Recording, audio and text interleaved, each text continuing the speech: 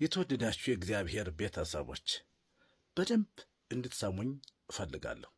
አንድ ነገር ልንገራችሁ፣ እውነቱን ማለት ነው። ትክክለኛውን መንገድ ልንገራችሁ። ለምሳሌ እኔ ከገዳም የወጣሁበት ምክንያት እኔና ጓደኛዬ ማለት ነው። አንድ ትልቅ ምክንያት አለን። ልንገራችሁ። የተለያዩ መነኮሳት የራሳቸው የሆነ ምክንያት ይኖራቸዋል። እኛ በለሳ ሐሙሲት ከየኔታ መዝገቡ አይነ ስውር ናቸው። የቅዳሴ መምህር ናቸው። ቅዳሴ እየተማርን እያለን በእግዚአብሔር ፈቃድ ተከዜን ተሻግረን በአምደ ወርቅ አድርገን ሰቆጣ ገብተን ከሰቆጣ ደብረ ሐመልማል ባህር ኪዳነ ምህረት ከምትባለው ገዳም ለምናኔ ሄድን፣ ገባን። ገዳማውያኑ መናንያኑ በክብር ተቀበሉን፣ ከአበምኔቱ ጭምር በደስታ ማለት ነው። እኔ የገጠር ልጅ ነኝ። ማረስ እችላለሁ፣ መቆፈር እችላለሁ፣ እቀድሳለሁ፣ ሰዓታትን እንቆማለን፣ ኪዳን እናደርሳለን። ሁለገብ ሰራተኛ ሆነን ገባን፣ እኔና ጓደኛዬ። ሌሎቹ ከከተማ የሄዱ ናቸው፣ ብዙዎቹ ማለት ነው። በትምህርት ወድቀው አልሳካላቸው ያሉ ወንዶችም ሴቶችም አሉ። መናኞች ናቸው። ግማሾቹ መንኩሰዋን፣ ግማሾቹ አልመነኮሱም። በአመክሮ ውስጥ ነው ያሉት። አሁን ትልቁ ነገር እግራችን ሳይሆን መመነን ያለበት ልባችን መመነን መቻል አለበት። ልባችን ወደ ገዳም መሄድ መቻል አለበት። የብዙዎቹ ወንድሞችና እህቶቼ በእግራቸው ሄዱ እንጂ በልባቸው አልሄዱም ነበረ። ትልቁ አደጋው እዚህ ላይ ነበር ችግሩ። እኛ ገዳም ገባን። ከአንድ ዓመት አመክሮ በኋላ በ1987 ሰኔ 10 ወንድሞችና እህቶቼ መነኮሳትና ወንድሞቼ መነኮሳት እህቶቼ መነኮሳት በዙሪያዬ ቁመው በስነ ስርዓቱ ተገንዤ እኔ ሰኔ 10 ቀን 1987 መነኮስኩ። በገዳሙ በዚህ ሁኔታ በተፈለገው የሥራ ዘርፍ እያገለገልኩ ቆየሁ። በመጨረሻ ግን ከገዳም እንዴት ልትወጣ ቻልክ ብላችሁ ብትጠይቁኝ እኔ ከገዳም መውጣት አልፈልግም ነበር።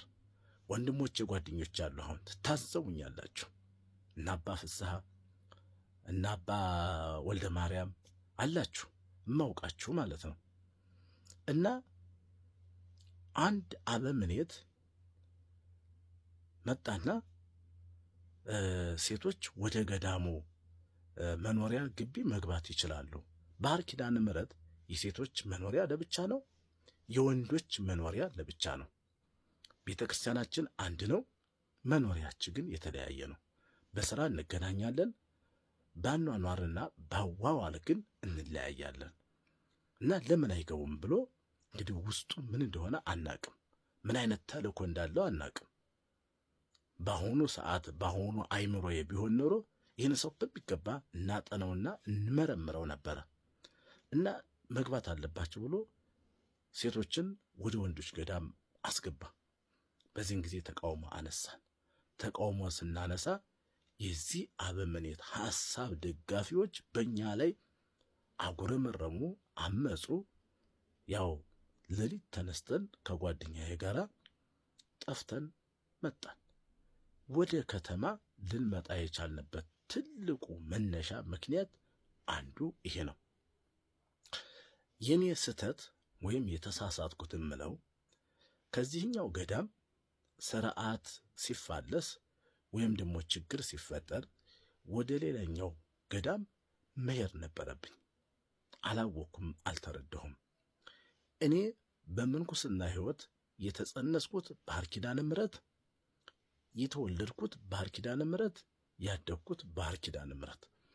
ከዚያ ውጭ ያለውን ገዳም እምብዛም አላውቁም። ከዚያ ተነስተን ሐይቅ እስጢፋኖስ መጣን። ሐይቅ እስጢፋኖስ ቤተክርስቲያኑ ውስጥ ያለውን ወይም ግቢ ውስጥ ያለውን መንበረ ጵጵስና የሰራነው ሸክላ ተሸክመን ውሃ እየቀዳን የሰራነው እኛ ነን።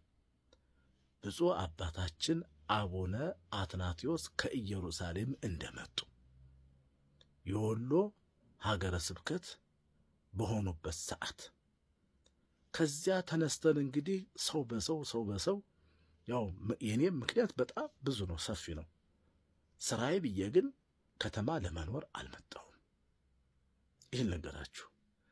አሁንም እግዚአብሔር ቢፈቅድልኝ ኑሮዬን ገዳም እንዲያደርግልኝ አሁንም እግዚአብሔርን በጸሎት እየጠየቅኩት ነው። እውነት ነው፣ ትክክል ነው። የመነኩሴ መኖሪያ ገዳም ነው። በቃ የኛ ህይወት ጥሩ ህይወት የሚኖረን ገዳም ነው። በቃ መነኩሴ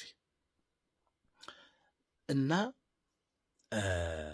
አሁንም ቢሆን በዚህ ዓለም እያለን እውነት ለመናገር ይኸውን እጽፋለሁ። በፊትም የቤተ ክርስቲያን አስተዳዳሪ፣ የቤተ ክህነት ስራ አስኪያጅ፣ አሁንም ጡረታ ከወጣሁ በኋላ በዚሁ በቤቴ በበዓቴ የተለያዩ መጻሕፍቶችን በማንበብ በመጻፍ እታወቃለሁ። አሁን ለምሳሌ ይሄ መጽሐፈ መነኮሳት፣ ይሄ የምታዩት ቀዩ መጽሐፈ መነኮሳት የኔ ነው። በትልቁ በጉልህ የተጻፈ ማለት ነው። ብዙ መጽሐፎች አሉ እዚህ ውስጥ እኔ ጻፍኳቸው ወደ 30 የሚያክሉ መጽሐፎችን ጽፌያለሁ። እና ስለዚህ የመነኮሳት መኖሪያቸው ገዳም ነው ካላችሁ 100% አዎ፣ መልሱ ይሄ ነው። እኛ መነኮሳት መልሳችን ይሄ ነው መሆን ያለበት። ለምንድን ነው የምንፍጨረጨረው? ለምን? ምክንያት እውነቱንማ መናገር አለብን እንጂ ለእውነትማ መቆም አለብን እንጂ። ዋናው ትልቁ ነገር ቅድም እንዳልኩት እኛ በዚህ ዓለም ስንኖር ዓለማውያን ሰዎችን ክርስቲያኖችን ጎድተናን ወይ? ቤተ ክርስቲያኗን ጎድተናታን ወይ? አጥቅተናታን ወይ? የሚለው ሐሳብ መንሸራሸር አለበት። ሶስተኛውን ክፍል እቀጥላለሁ።